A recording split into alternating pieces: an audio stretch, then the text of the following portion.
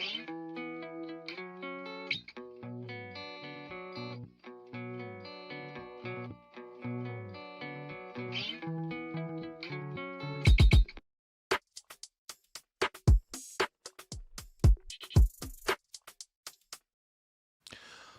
and welcome. I'm your host, William Liu. This is the Raptors Reaction Podcast presented by Betway for all your sports betting activities. Hit the QR code that you see on the screen or follow the link that you see to the description of the podcast. Raptors lose tonight 101-94. And my question to guest Samson Folk of Raptors Republic is, was this an ethical tank loss? What's going on, Samson?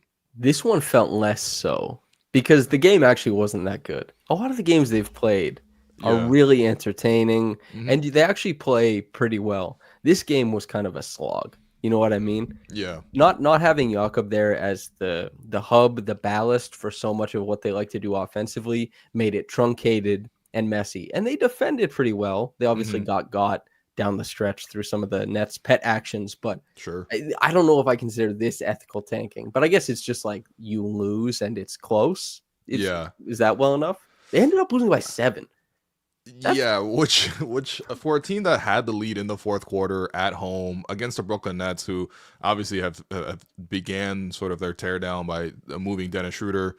I honestly, this is a great showcase for Cam Johnson. Like if I were Sean Marks, I would be sending this tape right now. Yeah. Like I wouldn't even wait for the NBA to put together this tape. I would have my own video staff right now cut up the whole video of this whole game and just send it to like 29 other teams in the league, because Cam Johnson absolutely torched the Raptors, including down the stretch where I think he went on like a personal 7-0 run to sort of take the lead. But yeah, on the Raptors side, I think they actually started well. Like I think it was actually it was fun, it was competitive. I was like, oh, it's a unique situation because you didn't have RJ. He was ill today, so hopefully he's able to get better by their next game on Sunday.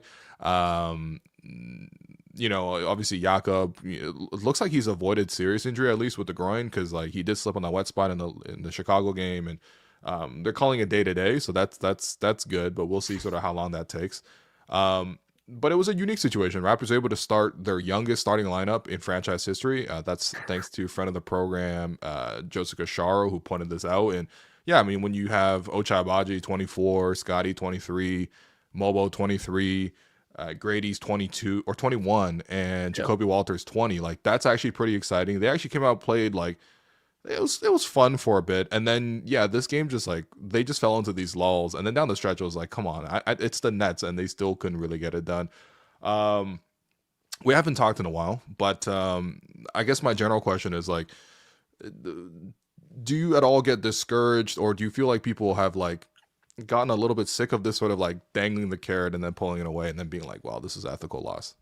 I feel that way a little bit because I said that Trey and I recorded this podcast yesterday, and I was thinking like, what the hell are we going to talk about? Like it feels a little cyclical. You know what I mean? Yeah, like sure. Especially with guys. A guy comes into the lineup, then he's out, and is never healthy, and it's like, oh man, we were close. It's it's like, they used to make games like that where it's like a prank.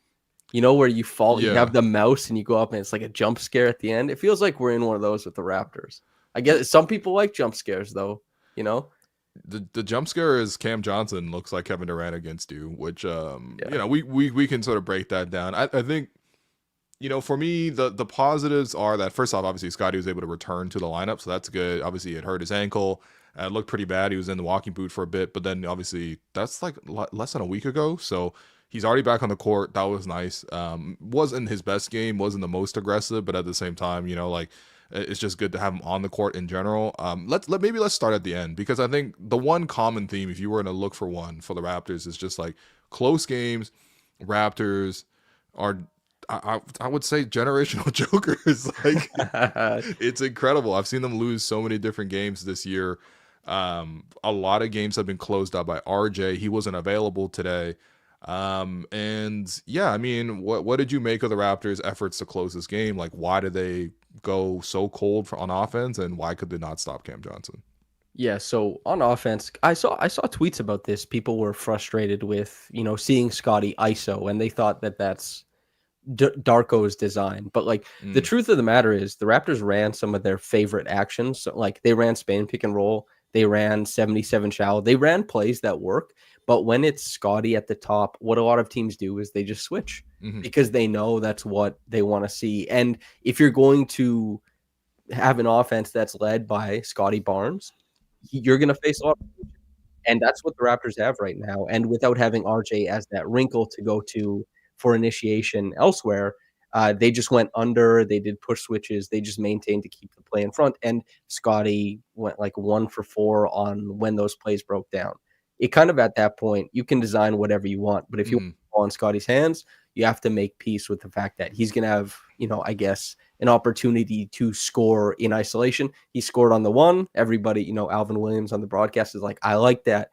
Take your size, your touch into the middle of the floor. But on the other plays, he's not able to get any headway. And, try as they might, what keeps slapping the Raptors in the face is that they can play in flow during large parts of these games. But when things get bogged down, and especially if they don't have Jakob or RJ, it has to be like a Scotty shot making masterpiece. Otherwise, I mean, it's probably not going to go well. And it didn't go well tonight. Tough.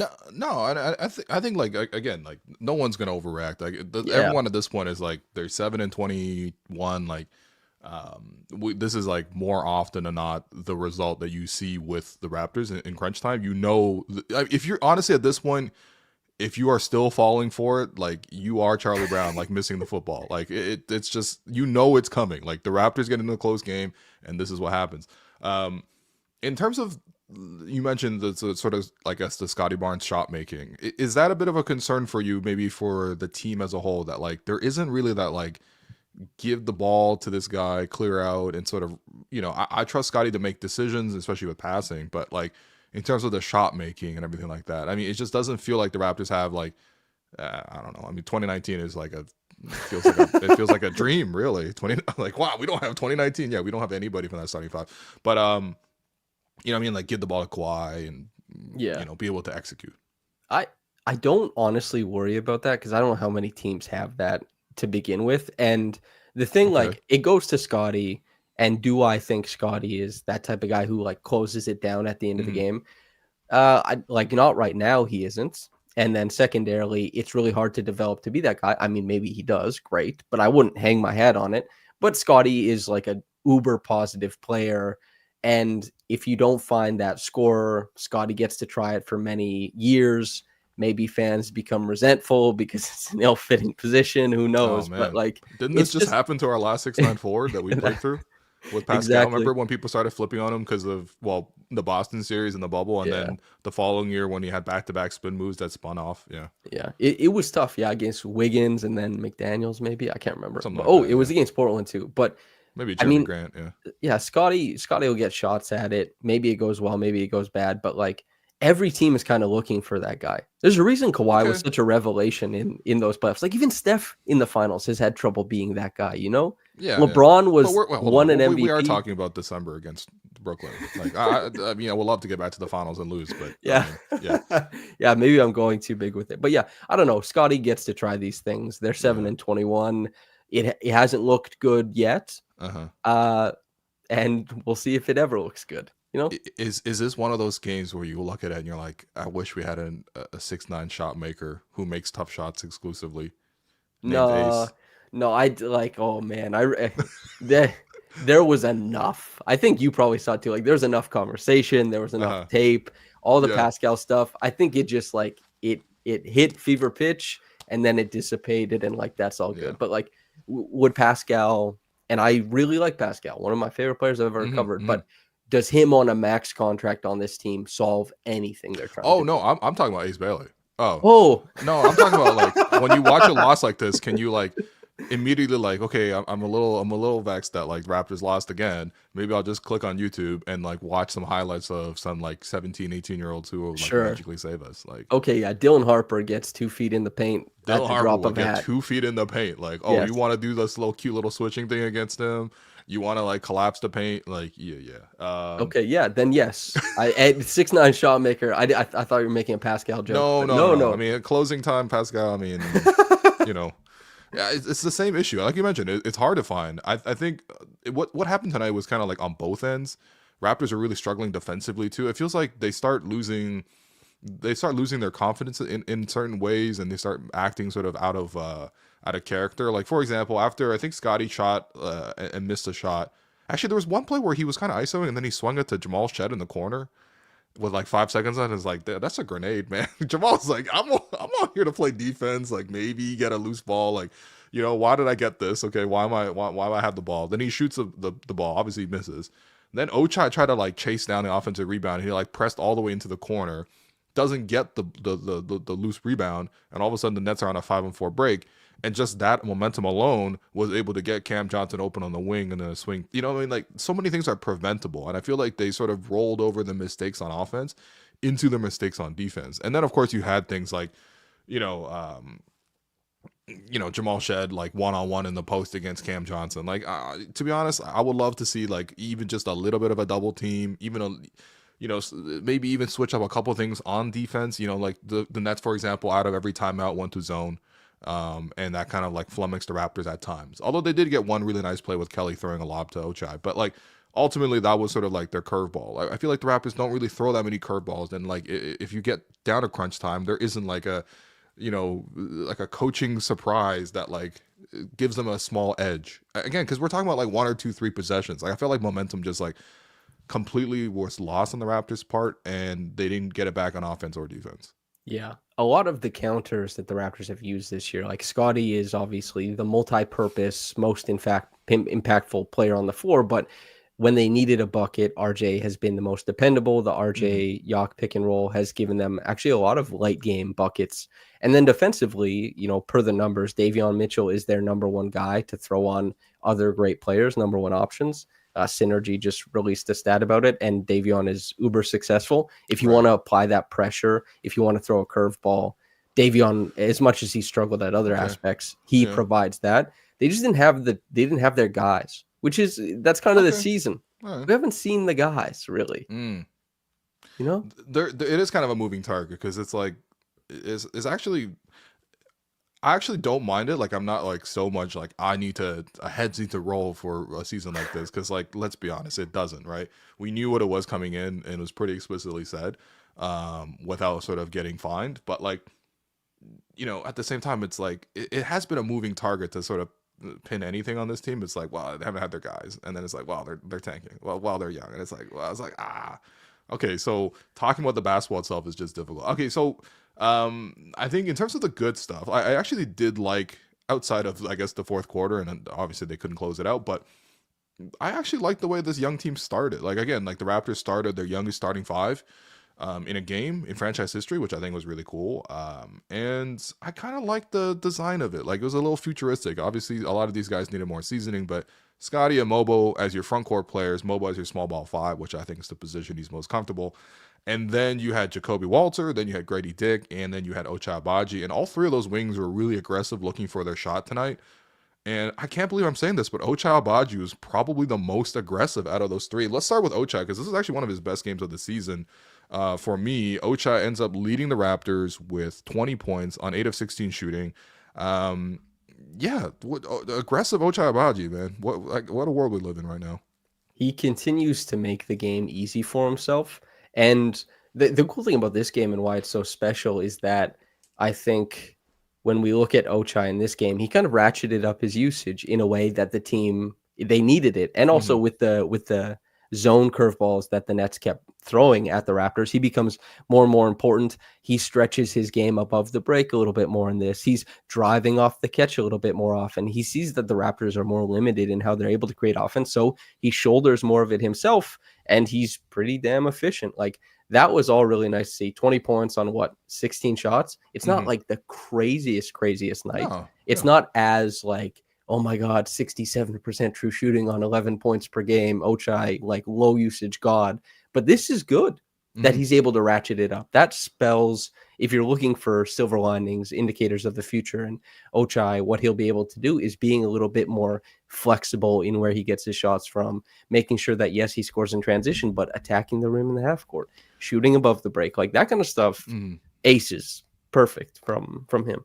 I even like today because again, like because the Raptors had this unique lineup tonight with no Jakob and no RJ. Like one of the positives of that was there was just like the Nets weren't really in the lane as much. As Yeah. much as Jakob is like does a lot of great And things with his Claxton team. removed himself from the game. Oh, we'll get to Almost that because like when Matt Demo was like, that's the third time he's been ejected this season. I'm like, how? It's only been 30 games.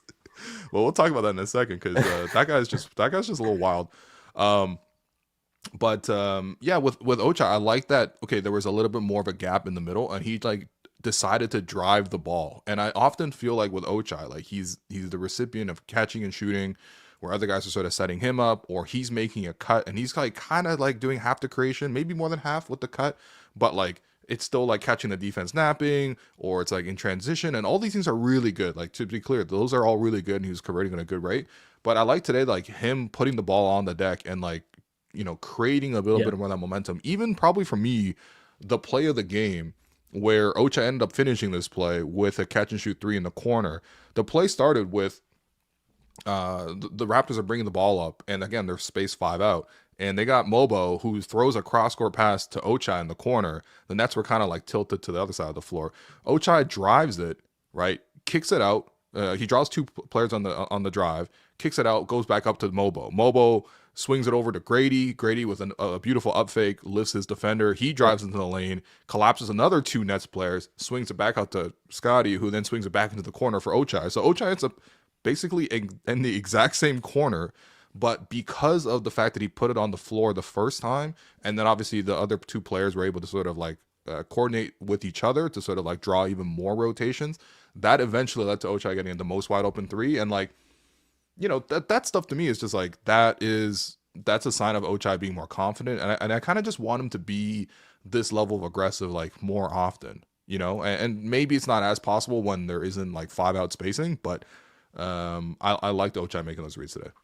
Him being there when they need it is like a nice little thing, because obviously you don't want that to be the predominant way they try and operate offensively. But Right. when things bog down, hey, you look to move and shake in different places. And like as you're saying, it's not 2012. You don't get to stand in the corner. It's not Shane Battier's NBA anymore. Oh Like wow, you will nice. get run off the line. And when you get run off the line, you have to be able to do something for it. And it Mm, can't just be like a mid-range pull-up. You have to be able to continue the play, relocate, and then you can cut afterwards or lift or, I guess fade to the corner, whatever it needs to yeah, be. sure. It's an important aspect of Ochai's offense, and one that he's really nailed this season. Like he is definitely one of the brightest spots of this season so far. Yeah. This was a good game by him. I think defensively, I know Alvin kept bringing up the idea that like maybe we should like put Scotty on Cam Johnson to like match him with some size. I mean, I'm certainly not going to disagree with a former pro who He played a long also time, but I mean, I didn't think he did that bad of a job against Cam Johnson. I feel like Cam mostly got his work against like switches, against Grady, against Jamal down the stretch. It wasn't like he was just shooting right up over the top of everybody. And, yeah, like Ochai at least. Like I thought Ochai did okay at least guarding him. yeah, Ochai He got Ochai I beat once think in the fourth. Yeah, Yeah, but whatever. Ochai I think does. I think his defensive reputation is a little better than he actually is, because he's Mm, jacked. Jacked guys always get a little bit of extra juice as far as defense goes. But okay. Cam just played a really good game, and Uh huh. actually similar to Ochai on the other end. Ochai is one of the highest frequency like transition scorers in the Hmm. NBA. Cam really did a good job of finding his shots, like in the pseudo fast break, or when the floor is still, everybody's still kind of getting settled in. He was just looking for his shots early and often, and made sure he could beat like an unset defense. And then Right. also he boogied and woogied on guys the whole night too, which is Yeah. that's how you get to 33, 10, and 6. By the way, I'm not buying any of these Nets players who put up big stats on these like meaningful. Like this is the Mikal Bridges. This is exactly what happened with Mikal Bridges. They're like, all right, well, what if we gave Mikal Bridges a really good role player, a star level of diet, and an ultimate green light, and played some good defense around him, and like then somehow he gets flipped for 5 picks, like Sean Marks. I'm familiar with your game, but Cam Johnson did look amazing, and this was a very again like he should be sending this to every GM. Okay, so the one thing I would say with Ochai, because I've brought this up, but obviously I'm usually doing the React Pod alone. So I feel like for me, if I were to nitpick one thing with Ochai, and I know people listening to the React Pods are like, oh, he's going to bring this point up again, but I just want him to get a little tighter to his man. I feel like he gives up a little bit too much respect, and that sort of allows the offensive player to dictate. Like the one play that he actually gave up to Cam Johnson in the fourth quarter, he gave that space, and then Cam was able to attack that space, bump him first, and then go up for the finish. And I just, for him, like, I know his foot speed's quick enough, and I know he's strong enough to just get a little bit closer and at least sort of like maybe not necessarily always dictate where the offensive player is going, because you can't always do that. And there is a chance of for sure getting blown by, but I almost prefer that rather than sort of like giving him a bit of a gap and then trying to recover.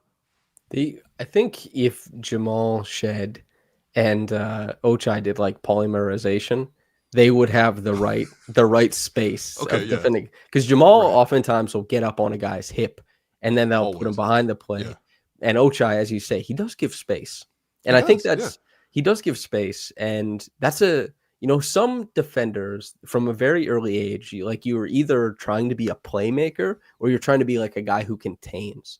Mm. And Pascal, even when he was considered like one of the better defenders in the NBA, was kind of a containment Yeah. defender. Yeah. And OG Anunoby is one of those rare guys who contains and playmakes, but Right. Ochai is more of like, I'm trying to contain this action. Yeah. Whereas some guys, they want to jump. And I think a little bit more like, jump in Ochai's game. It Sure. would be good. Yeah. I That's a agree. good Because observation. if you watch the 2 game winners that have been hit against them this season, the Tatum one, whatever, like that one was so far out, but like he did ultimately give him a little bit of space on that one. But the Jaden Ivey one where he switched onto a mid play, and then Ivy looked at him and it was like, I can go around you because there's a gap, and it was just like, like you just gotta get tighter. But whatever, like these are ultimately small things to sort of improve upon. I thought Grady got off to like a nice start. I actually liked sort of how, again, similar to Ochai, but also to the story that you wrote on Raps Republic. Like he's been a really good driver of the ball. Yeah. And I like that his moves are not like, he's not exactly like crossing guys over. Like in fact, I don't think he's ever crossed the guy over really like that. It's just always like this like a little sly step and then like a little ball fake, a little slide step, and then he just like gets an edge and then he just takes it. And then whether or not he finishes off those drives, I don't know. I feel like he's taking a very high degree of difficulty on a lot of those shots. That's probably affecting his percentages, but he's doing the hard part of getting by a guy. And it's not with like a very like show flashy type of move. So break down why Grady's able to be effective driving. Okay, so the quick thing is, Caitlin Cooper wrote this like fantastic piece years ago for 538, which was focused around Eric Gordon, who was shooting 31% from three, but he kept drawing these big long closeouts because teams kept freaking out. And when Eric Gordon was on the floor, the Rockets always shot better at the rim because of the spacing he provided. It was the crux of it is that 3-point percentage doesn't dictate your gravity or spacing. It helps, of course. And the fact that Grady in his draft class was, when you account for how often he gets fouled, his free throw percentage, his driving frequency, he's the best driver. He's better than Brandon Miller. He's better than Scoot. And with the volume, he's better than Wembanyama. Like, that is because he keeps convincing and selling himself to every team like, I'm the greatest shooter you've ever seen. Run me off the line. Yeah. He's on spot ups, like per synergy. He's shooting, I think, like 63, 64% true shooting. Like he's hitting 43% of his spot up threes. Yeah. But when he drives the closeout, he's 75% true shooting. Like it's insane efficiency. Yeah. And basically what that is being able to identify the defender's top foot so you can get past them, make them open up their hips, being comfortable going to his mid-range counter, which helps his scoring efficiency, and his willingness to get after the contact to get to the free throw line, shooting almost 90% there. But lastly, what you pointed out, that sly package of triple threat moves he has. Yeah. In the piece, I put the video, you can see him completely undress Derek White and Chris Dunn. Right. One Great with defenders. one with a stutter rip and another with a rocker step. Just having conviction for that jab and making the guy across from you believe it's going to happen. He sells it, man. And then he finds space. It's fun. It's a unique aspect of his game, but it's cool. Yeah, it's probably Evo. It's probably Evo Simonich who's been working with him. They work a lot, yeah. They work so much together, and Evo has also been working with Jacoby as well. But like, Yeah, it's you just don't expect him to have a jab step package. Like very few players in the league have jab step packages, and it's not even like the mellow jab steps of like because Melo's looking to create space, create a little separation, and then either step back or just pull up over the top. He's not really doing that. He almost never does that. He's always in a standstill, does a little jab step, whether that's the exaggerated one to like really sort of lean a guy outwards, or just this little sly one. It's almost like a step over kind of movement, like in like how soccer players do a step over. It's almost like that. He's And then he Thierry just Henry, goes. basically. Yeah. Okay, all right. Well, He's Ronaldo on the once left again, wing. We're going too far, man. We are going too far. How about we start with like Alejandro Garnacho or something, like somebody somebody like on a impressive but smaller level. No, I like that from Grady. I think ultimately Grady's also not a guy who's like going to the crunch time conversation. He's not a crunch time kind of like creator necessarily either. Maybe as an option coming off of plays, the Raptors did run a nice play to get him an open three. He just missed it, but he was 4 of 8 from 3 today. I didn't have any issues with it. Yeah, I mean, Mobo playing, it's weird because like Mobo, this is not unlike most rookies, but a lot of watching Mobo on offense is just like, how can I get out of the way? Like, Yeah. what's the least amount of damage I could do to the other 4 teammates right now? And it's nothing against him, right? I think offensively, like outside of sort of having him short roll and having him catch it and, lobbing a couple times at the basket or like going for offensive rebounds, there's not that much there right now. But watching this game in particular, like Nets weren't really guarding him, and it was creating a lot of like issues for the Raptors to drive to the basket. So where are you at with Mobo's offense, and where's he supposed to be? Yeah, you have to be clever. That was Mobo's first basket of the game. Was they ran Spain pick and roll, and it was going to be Spain leak, which is for people have been seeing it in the NBA for a long time, but it's a regular pick and roll between Scotty Barnes and Jonathan Mobo. Only Grady is in the paint, ready to set a back screen on whoever's guarding Mobo. And Grady's presence in that play means that the Nets play it really high because they want to make sure they cover his leak. The Raptors have scored a lot of points out of this play when the ball goes to Grady as a shooter or a driver. And so Mobo just runs clear into the paint for a lob. And that's Grady's gravity. And Mobo, at his best, will be playing off of a lot of gravity and kind of navigating the in-between. But when the team doesn't have a lot of gravity or spacing, there's like a bunch of guys who don't shoot that well who are all kind of looking around like, you're here? Because I'm here. Which of us is going there? Mobo, having that push shot develop is going to be big. Just keep on getting shots up. He does love that push shot, but I'm like, that's not a super efficient shot, man. Not yet. You got to cross your fingers on that one. It's going to be important. Yeah. I mentioned this before too, but like Mobo's development path is unique because like he like hit this growth spurt when he was like roughly I think in grade 10. Scotty mentions like because they grew up together and he was like he came back one summer from school and he's like, damn, like what, we're the same height now. And when he was a guard, he used to love that little push shot. And that was sort of like the floater runner or whatever was like a pretty go-to move, I guess, for Mobo.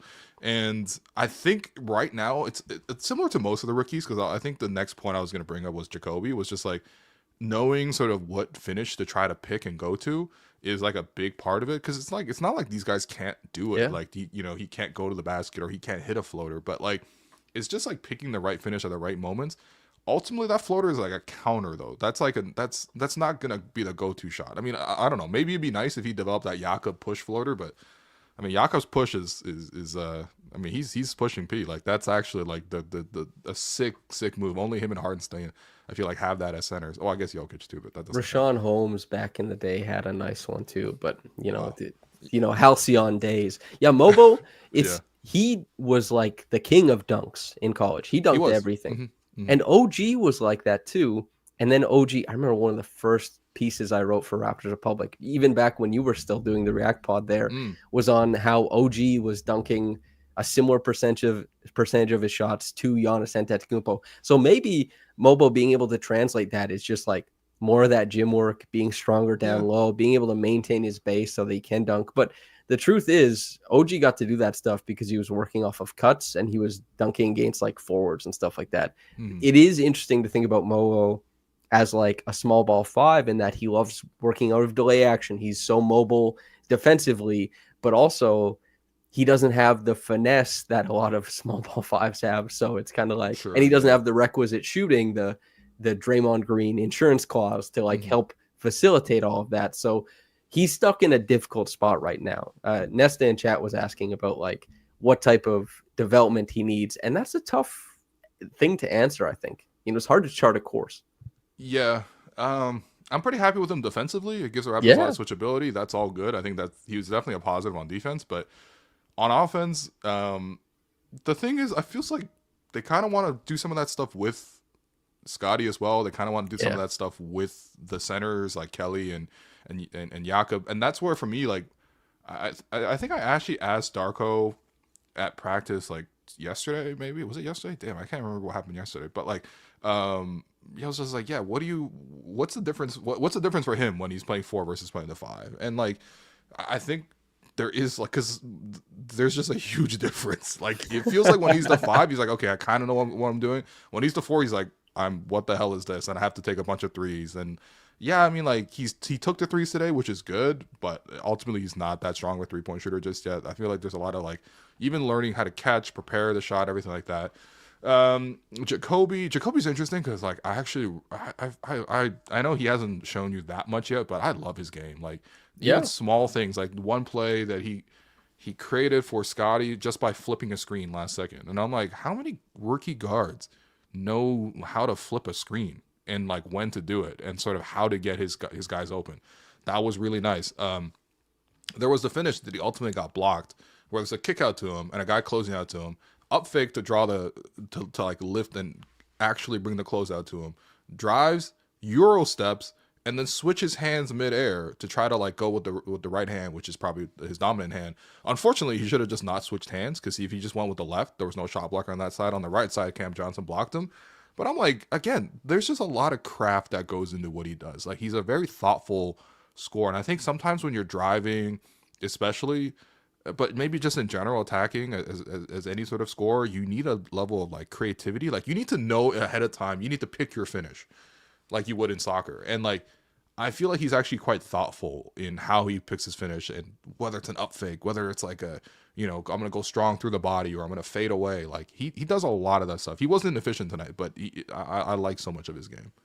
Yeah, the stats, like, nobody's going to check in from outside of Toronto and be like, oh, Jacoby Walter is interesting, because none of his stats will kind of belay that information to you. He doesn't have enough, like, he'll get bigger and stronger. He's so young. He's so, yeah. And so he gets affected by physicality around the rim, even despite, I think, as you say, correctly pointing out, he's pretty clever in how he chooses to navigate those situations. But it's kind of like that Markelle Fultz and Lonzo Ball thing, that a lot of the Jalen Suggs is even here a little bit. All these guys are obviously considered higher pedigree players than Jacoby, but these are players who had this big vaunted like offensive arsenal in college, that are like shot makers, that as soon as they step in the league, especially with Fultz and Ball, these guys are like savvy defenders. They pay more attention to how they operate on defense. They stick in, they're clever, they operate and win games on the margins. And like,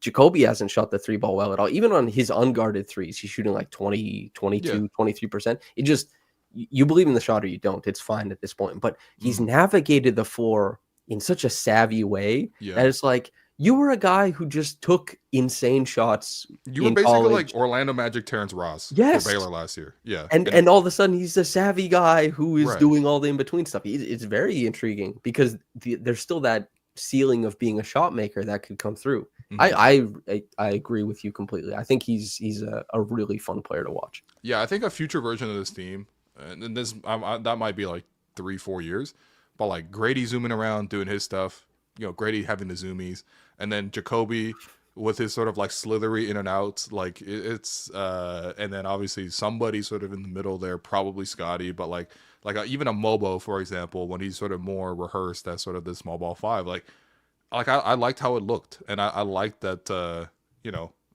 they seem to at least have, this is the first time this lineup probably played together in any extended fashion, and they seem to have some sort of identity. Of course, until the fourth quarter when whatever shit broke down, but like it happens, man. Last thing. Oh, by the way, leave your questions in the chat. We will, of course, take a break and, of course, get to your questions in the second half of the show. As always, also drop a like on the stream, please, please, please, please, please. Last thing is just Jamal Shed drawing 3 moving screens on the same guy. Jamal Shed has what I have to affectionately say is that Kyle Lowry gene of being a shithead, and yeah, he.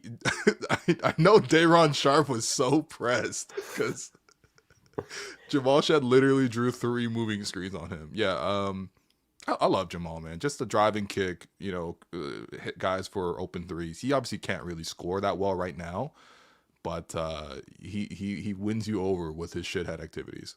That was a chicken or the egg for me, because I was, it's like you learn about other teams and you're like, Claxton has been ejected how many times? And then you're like, wait, you're like, Sharp has how many moving screens? You're Yeah. really trying to figure like who's motivating this. Right. That was what I was trying to see. But I mean, Shed always being an aggressive player and being so much higher up means that you're constantly in motion and it's harder to plant screens on you. So, I mean, credit to him for activity for sure.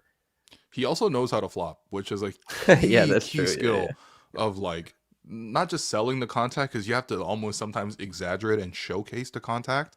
Kelly is definitely like the other end of that, which is like offensively, he's so good at flopping, it's crazy. Kelly will end up on the floor like 1 in every 3 possessions, like guaranteed.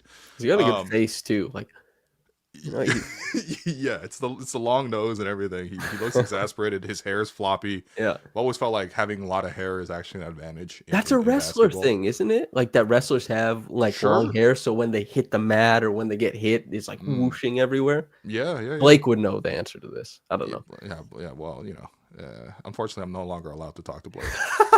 Yeah, me either. That's I'm not true. even Yeah, kidding, yeah. actually. I miss Oh, you, that's Blake. funny.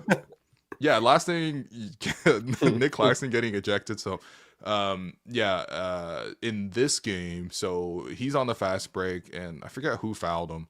But it was sort of like before it was around half court, but he had a chance to like break away and probably throw down a crazy cool dunk or something. And then he gets sort of pulled back. Nothing like, again, nothing egregious at all. Literally just a common foul. And then as he's like, his momentum's still taking him towards the basket, he just like kind of like punched the ball kind of midair into the stands. Instant ejection from Ben Taylor, my favorite referee in the league. I feel like Ben Taylor is working every single night when I watch the association. He gets ejected, and Matt Devlin mentions this is the 3rd time that Nick Claxton has been ejected this season. And I was like, wait, that's not possible. It's only December. Like, we haven't even hit 2025 yet this season. And so I looked it up. Do you know the other 2 ejections that Nick Claxton's been involved in this season? I don't. I'd love to hear this Okay. information. Early on the season, I feel like probably week 2 of the season, they're playing the Atlanta Hawks, and it's the 4th quarter. It's a 4-point game, the beginning of the 4th quarter. Anybody's game, really. And Dyson Daniels, as always, gets out on the fast break, and he's about to dunk it. And Nick Claxton just runs in from behind and just clocks him like across the head, knocks him out midair. And there's a scuffle. It actually ends up into the stands, which is always sort of an extra thing that makes you sort of hesitant. But again, Dyson Daniels, like, what are you supposed to do? Like, this guy literally just clotheslined you midair, Kurt Rambis style. So he gets ejected for that. That's no problem. The other one was 2 weeks ago, I guess, right before the whole league kind of shut down for the NBA Cup for a bit. Brooklyn is losing to the Orlando Magic, but it's a pretty closely contested game. That game, Jordy Fernandez, who's certainly a very fiery guy, gets himself ejected for arguing a call. Gogo Batazi's like hanging on the rim after a dunk, all that kind of stuff. And then he's kind of like trolling him, whatever. And then afterwards, it's like literally an 8-point game with less than a minute left, so the game's over. He just like runs across the court and pushes Franz Wagner from behind. And the referees are like, it wasn't that bad. Like in a regular game, it probably would have just been flagrant 1, but it's also in the game. Someone already got ejected. Tensions are high. They just ejected him anyway. But it's also like a completely needless play to make when you're up 8 or when you're down 8 in a minute left of the game. So yeah, incredible that he's on that Serge Ibaka. Remember Serge Ibaka's 17-18 season? He just kept punching people. Like this is the run that Nick Claxton's on right now. Except Serge wasn't a punk. That's the thing. I feel like Nick Claxton is just low key kind of being a punk right now. Yeah, Serge was really, really about it, you know? which you have to respect. Like, I guess Serge Jordan always Clarkson, punched. Yeah, he yes, just missed, but he did throw the punch. man, he was which was the closest, the Marquise Chris one, or there was the one against the Bulls. Who did he Well, almost punch against the Bulls in that Robin game Lopez. Robin Lopez. where He punched DeMar, his hair like he. yeah, DeMar finally got the better of Jimmy Butler. Like, they'd Oh gone my head to goodness, head. That man. game Yeah, was so special. But to the Nick Claxton thing, yeah. a Nets writer quote tweeted my observation about it was like, he's addressed his ejections before in scrums and has made it clear that he understands that no matter how frustrated he is, he can't get kicked out of games because of it. To think that like the self-awareness of like, yeah, I can't be doing that. And then he just immediately took off and he went to the bench and he grabbed a cushion. He was about to start throwing stuff on the court. His staff had to stop him. That was awesome. I was like, what's going on here? You know, when someone gets so mad, they're just like, I don't know what to do with myself. That was awesome, man. The funniest thing is, it's not just anybody. It's Juwan Howard, who's obviously like a very prominent player in NBA history, Fab Five and all that stuff. And he's like, I can't believe my job now is to be an assistant coach and have to hug Nick Claxton and take away a cushion that he wants to throw in the stands. Like, what are you doing, man? So, I mean, he's actually a nice player, but like, yeah, like, you can't do this, man. What you know what's awesome? There's a commenter card called Martial Arts Fights in the chat. Oh, nice. How many times, how often do you get to talk about martial arts when you're watching basketball podcasts? Sure. Yeah. What a moment for martial arts fights. Yeah. But by the way, since I was watching the video, like I was like going through, like I just searched Nick Claxton, ejections. And a related video was like, Ron Holland and Jordan Clarkson square up. And I'm like, whoa, okay. That was from today too. So I was like, okay, let me go watch this. And it's literally two guys who, like, whatever. I think Jordan Clarkson gets bumped by somebody. I think Paul Reed. And then he starts to, like, throw him up like this. And he's like, and then Ron Holland comes in and does the same thing, mirroring him. And they're both just backpedaling the entire time. I'm like, yo. Sometimes I either wonder, do it or don't. But you guys look crazy when you just start throwing the dukes up. Like, what are we doing here? I wonder sometimes. And Scotty does it too. Like, sometimes because players see fan cams, they're cutting clips sometimes, man. Oh my God. You know? This is a great theory. I love it. Like, players have started, because there's like Grady ran into the camera. There was that one great one where Gary fell and looked at the camera and pushed it away. But like, that's just, but like whatever, Scotty, when he knew he scored on Pascal and he was like, where's the camera? Where's the camera? Like, he knew that's ending up in an edit. And I think like maybe Jordan Clarkson is like, shout out the Philippines. There might be like a whole army of people ready to make that. Like, absolutely. Ron Holland, don't check your comments. Yeah, man. It might be tough for him. Yeah. I think there are players cutting clips now. I like this. I actually think that, like, I mean, there's always been a level of showmanship that's just kind of like entertainment in general, and obviously having the spotlight on you. But I think more and more, especially like Scotty's a great case of this. Like, Scotty loves like the look back, look at the defense, wait for them to catch up, and then dunk the ball. Yeah, you know what I mean, like stuff like that, right? Are you not entertained? Even like the sort of egregious, I'm looking, but then I look away after the pass. You know, like there's like small little things that he loves to do, or like he likes to troll guys, for example. Like there's certainly an element of that. And I think some of that is just like at a very young age, like kids are like being put on like overtime and stuff. And so like by the time they're like 13, 14, 15 at the latest, like they're already being exposed to sort of like who can go viral the quickest. And it's like, you're a teenager. Of course, like you want to, just do goofy stuff. Like it's like a pretty normal thing about being a child. But I think that behavior is sort of being rewarded at such a young age because of the fact that you have so many of these like overtime like highlight clips and stuff, like, you know what I mean? So yeah, I have a fun anecdote, a quick one. But last year there was a player, I won't name them, who brought their own photographer.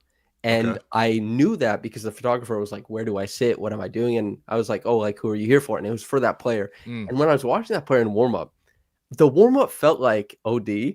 Like the warm up felt like he kept like posing and like flexing, and like when he would dunk in warm ups, he would like hang on the rim and be like, and then I saw the pictures get posted, and I was like, oh my God, this guy was like performing a photo shoot in warm ups. Incredible.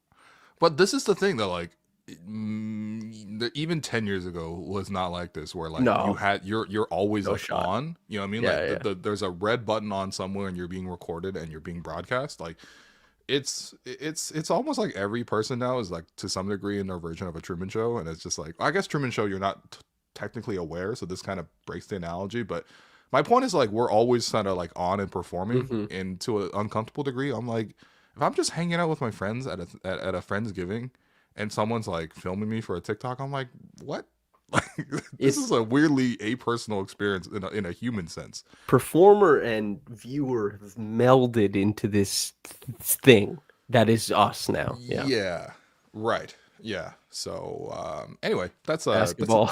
good time to take a quick break here from our beloved sponsors, and of course on the other side we will get to your questions and more. And sources say there will be a surprise appearance by Alex Wong in the second half of the show. So we're gonna take a quick break and come back with your questions. Hey, man. Hey, buddy. Just recently hit the big 4-0. What about you, bro? A little more recently 4-0, but we are both in the 40 club.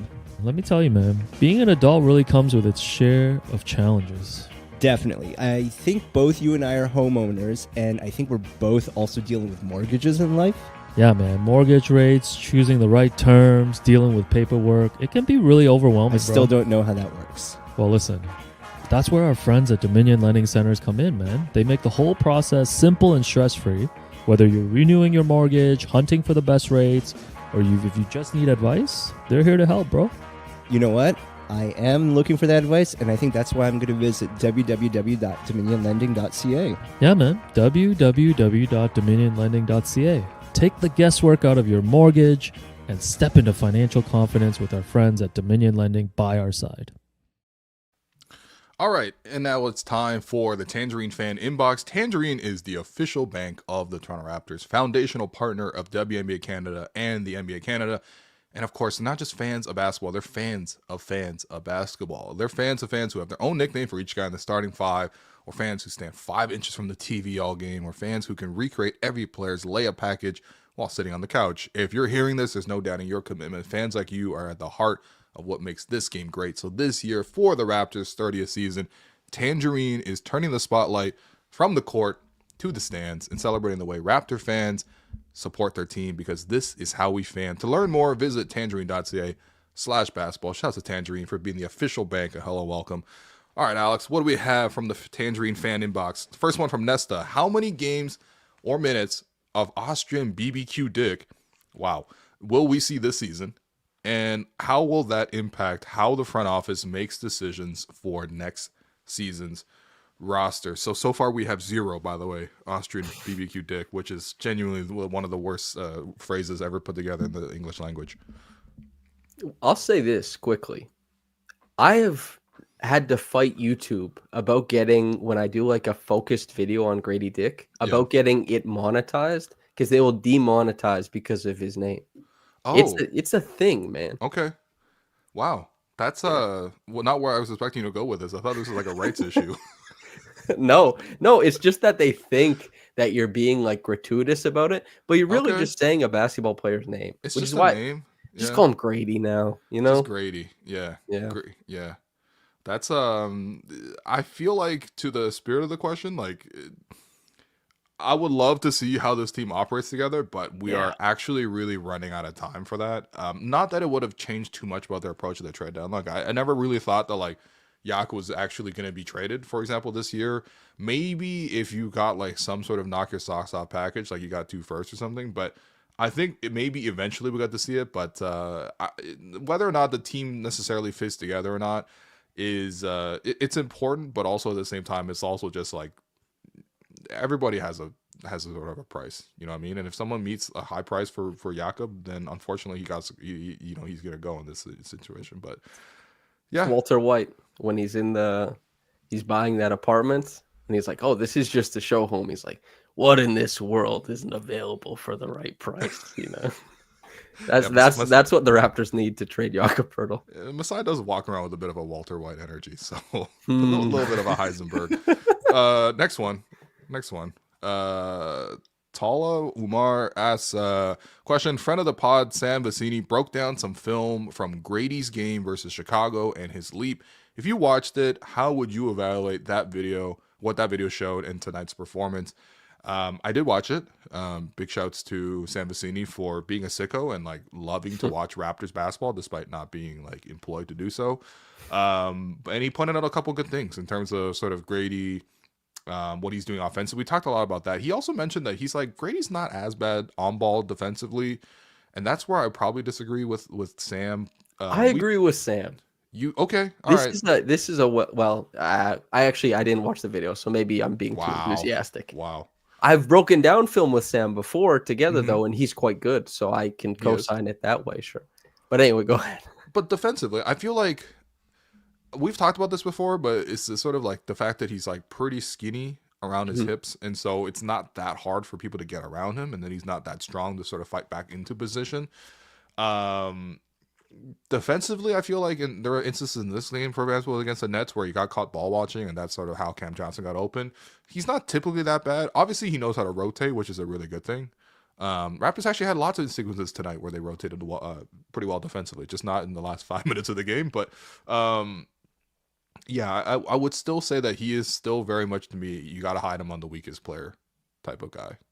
Okay, so I was just gonna say that I think his struggles on defense are oftentimes overstated, and people reflexively kind of act like he's tanking a lot of possessions every game, and he's hanging in on a lot. Now, I would never advocate for him being a strong defender at this point.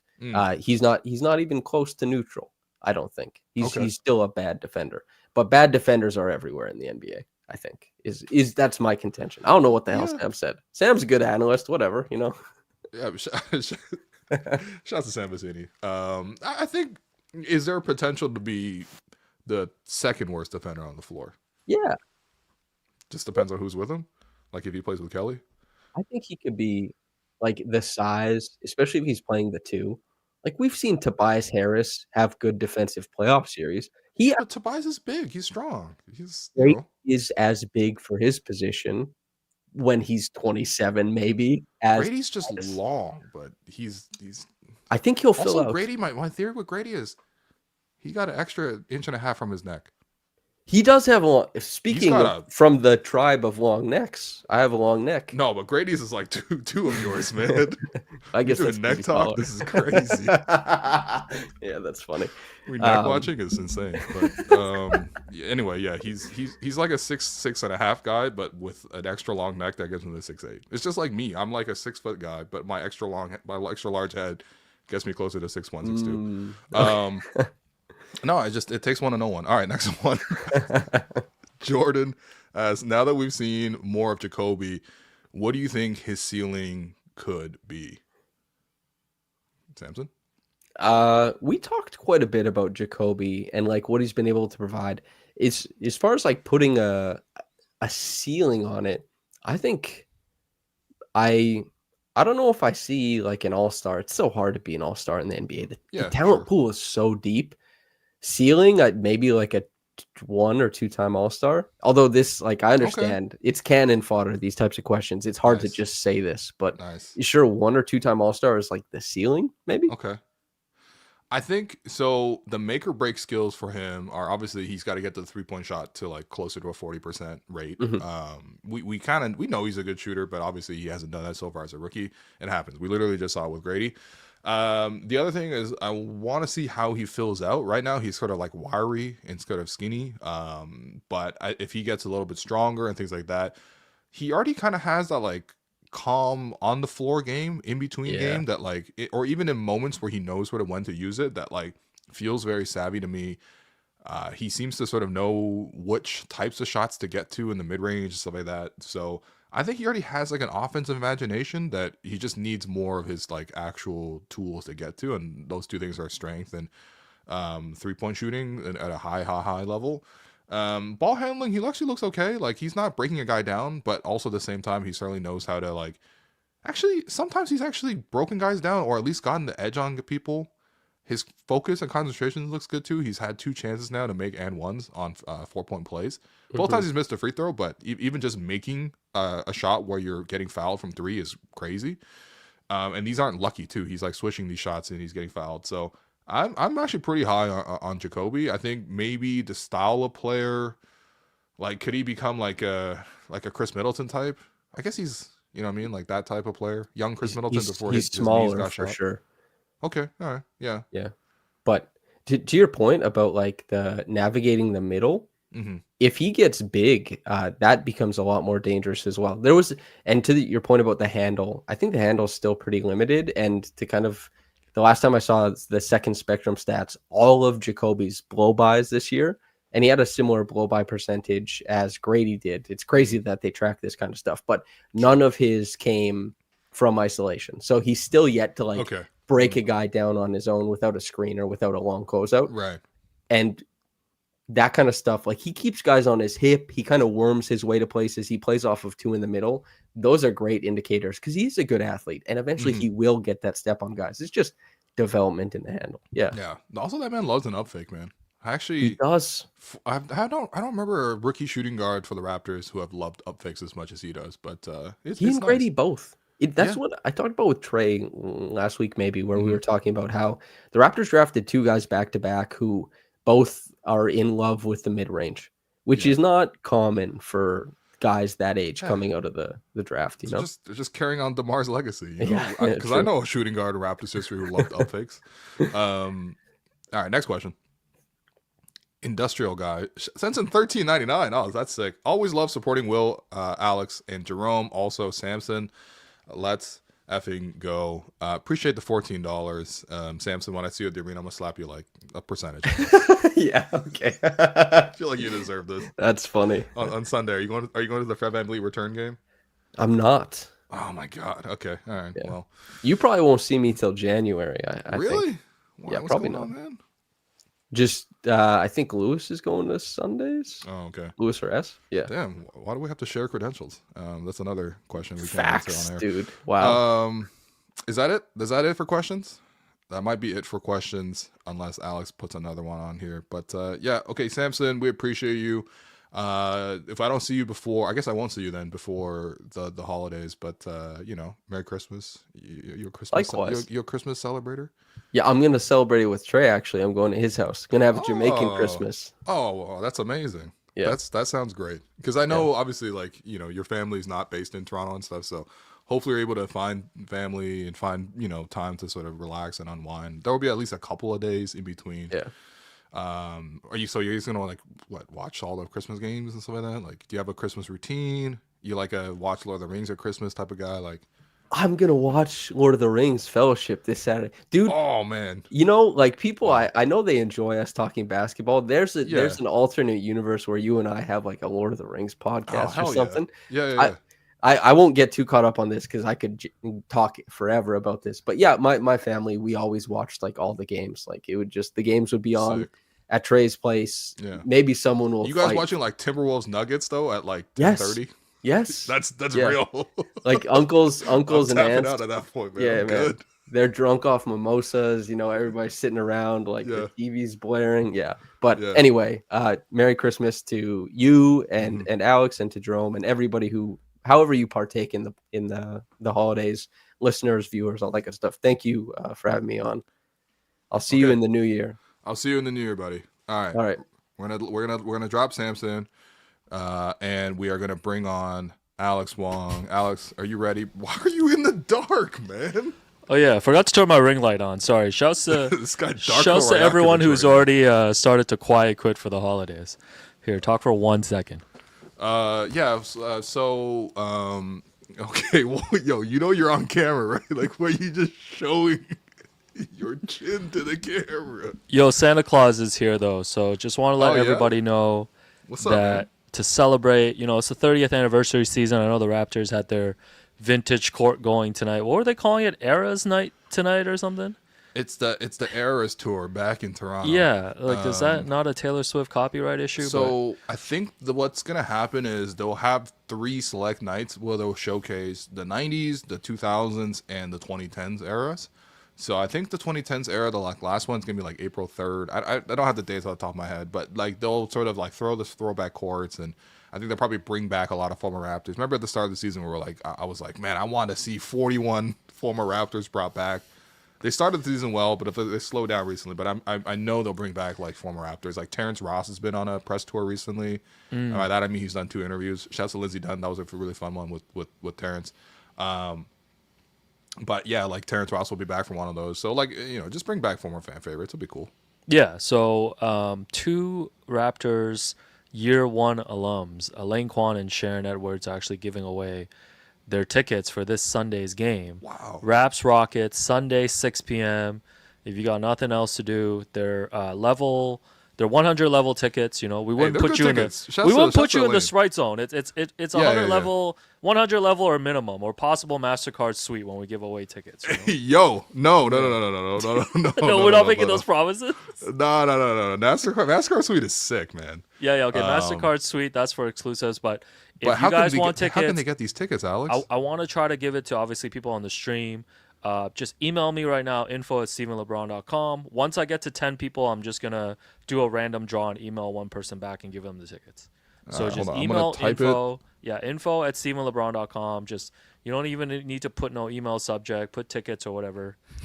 And just get them in as quickly as possible. I want to feed the live stream, Like there should be 10 people right now that'll email. 2 tickets? So a people, Sunday game I don't want to feed the late podcast listeners in the morning, the live stream. I want the live stream. Yeah, you guys to missed eat. out. So Raps Rockets, you get to see Fred VanVleet. You get to see, I don't know, man, Alperun Şengün. Hey. It's a lot going on. It's going to be tough if we don't have Jakob against Alperun Şengün and the 3rd-ranked Houston Rockets, man.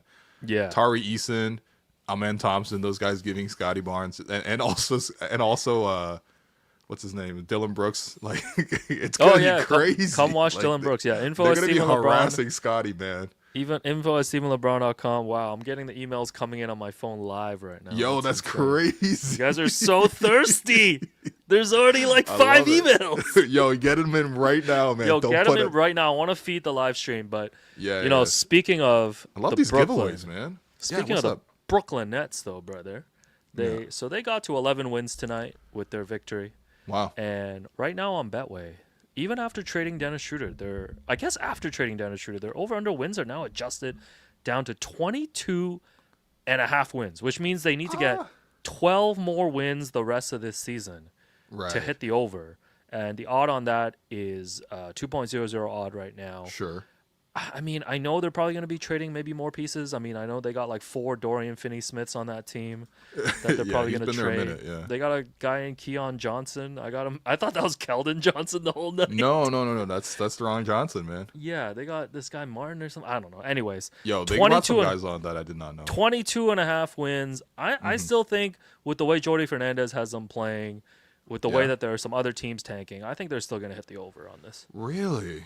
I mean, you know what? The thing is, it would be hard not to hit the over on this because, as you mentioned, they're already on 11 wins. They need to win 12 more the rest of the way. They need to go like 12 and like 40. Yeah. Like that. It just feels like that's a number that they'll hit. Yeah. It's so low. It's like incredibly low. As you mentioned, Jordy's a fiery guy, man. Like, you know what I mean? Like, Jordy's clearly not one of those guys where like the coaching staff, the front office comes to you and they're like, yo, man, I need you to tank the game. I need you to tank the next month. He's almost the anti tank coach in that he's got his teams. He's got his team playing so hard that they really have to start shipping off guys. Yeah. No, they traded Dennis Schroeder the minute he was eligible to be traded. Yeah. Oh, by the way, Warriors lost 144-93 tonight. Draymond Green put up a Tony Snell zeros, and he was a -42. Yo, by the way, I saw Steph only had 2 points, man. Yeah, but Draymond had the worst plus-minus ever recorded for a player with 0 points, 0 rebounds, and 0 assists. So Draymond set a record. Draymond, I hope you know that you will be part of a meme graphic forever. Yeah, he's the new Snell now. This guy legit fed Hater Report for like 2 years. I want to see a post-game podcast after tonight for this one. But anyways, the Brooklyn Nets over 22.5 wins, 2.00 on Betway. Make sure you hit the QR code below and check out Betway for all your basketball betting needs. There you go. Yeah, I mean, honestly, I'm impressed with Jordy though, man. He's giving me that like Ime Udoka first year type of vibe. You know what I mean? Like he yells at, he's certainly on the refs. He's gotten ejected a couple times already this season. Him and Nick Claxton setting that tone for the team, and yeah, salute to him, man. I think he's actually done an amazing job with the Nets so far. I think the Nets probably like, probably cool it down because we really want to. We literally just traded for control of our own pick back, but shouts to Jordy, man. And I'm also really happy that he got the opportunity to be a head coach in the NBA because we did obviously see his work with the Canadian men's national team. Yeah, There's still an open former question. Raptor show guest as well. We did bring him on the Raptor show. I even asked him about like, I asked him like, did you interview for the Raptors job and how far did you get? And I think there was one part because I knew that the Raptors were essentially doing like, as part of the interview rounds, like they were doing like mock interviews for their potential head coaches.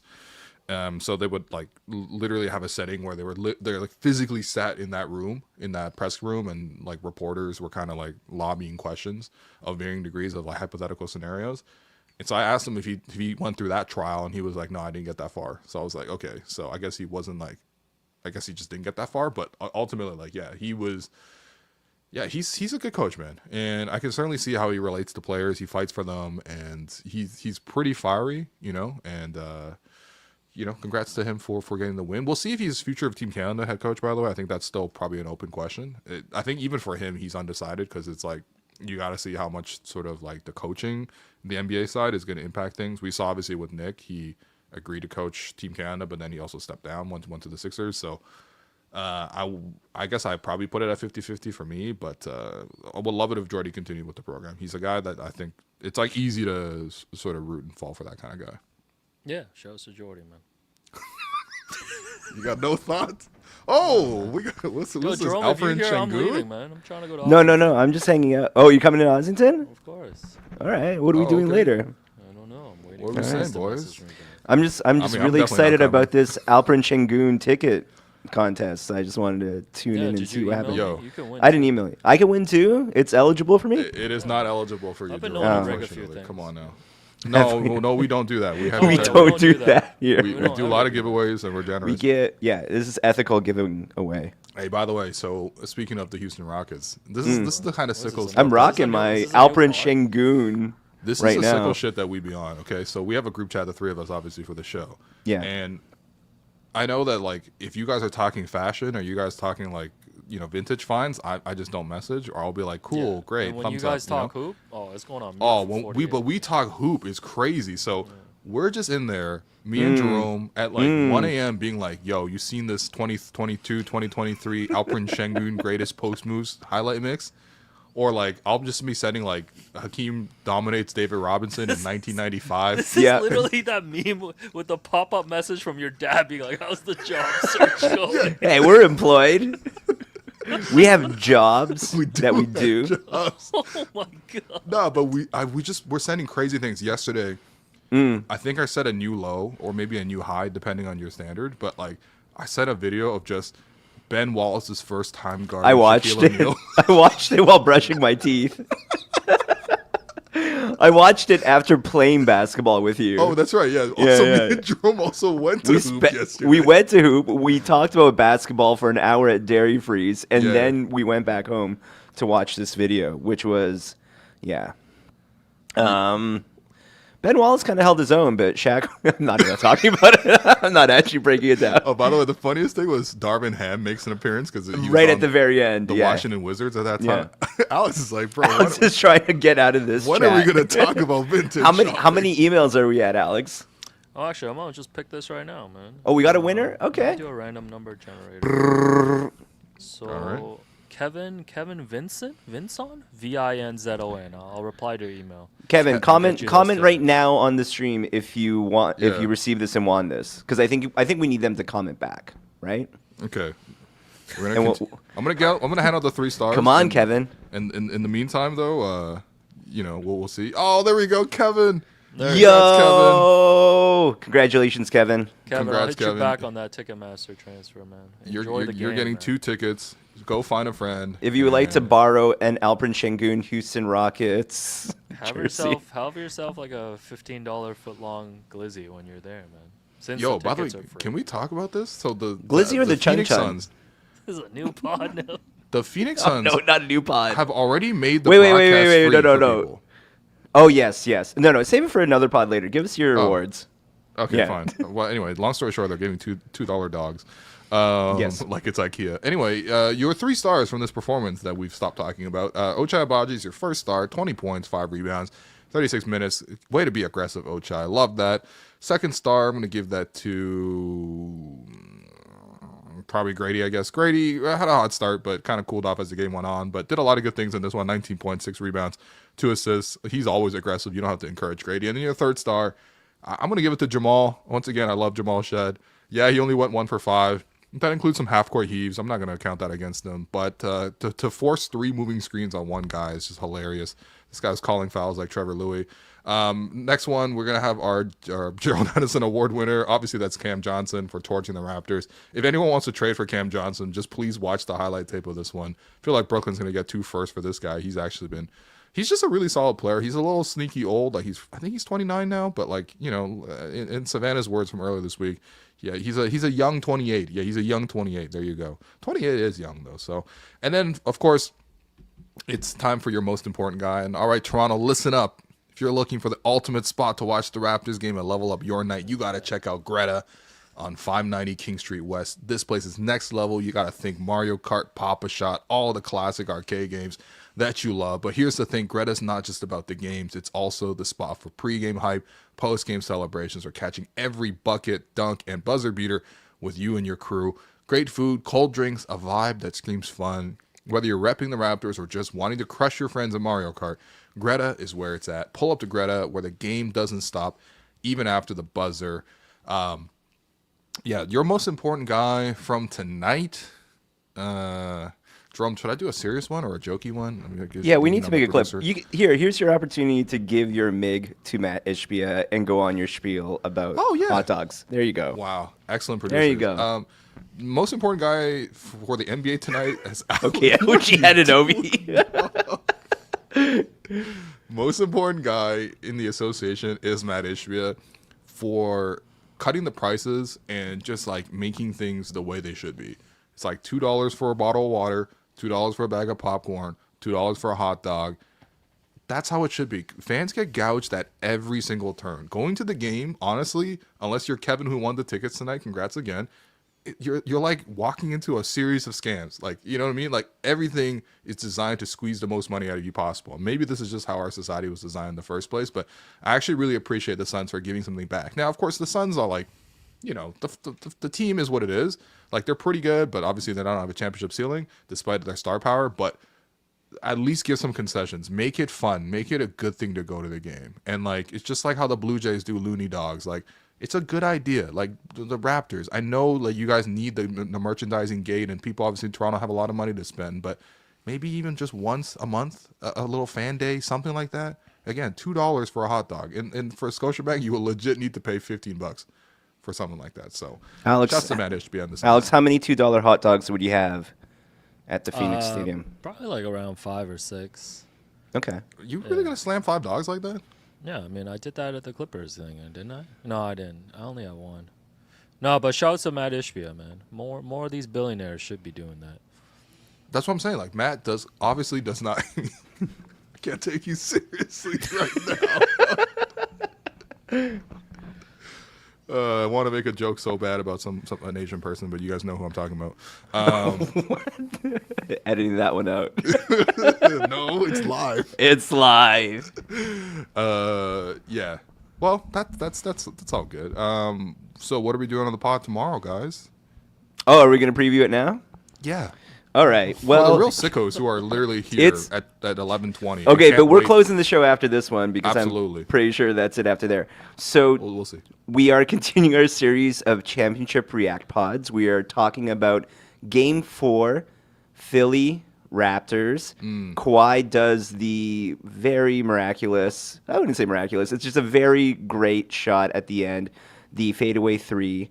And it's not just Alex and Will talking about that game. Who else is talking with us, Will? Oh, am I doing the intro again? Yeah. For the third time? Yeah, you are. Well, you don't have to. You can just say who it is.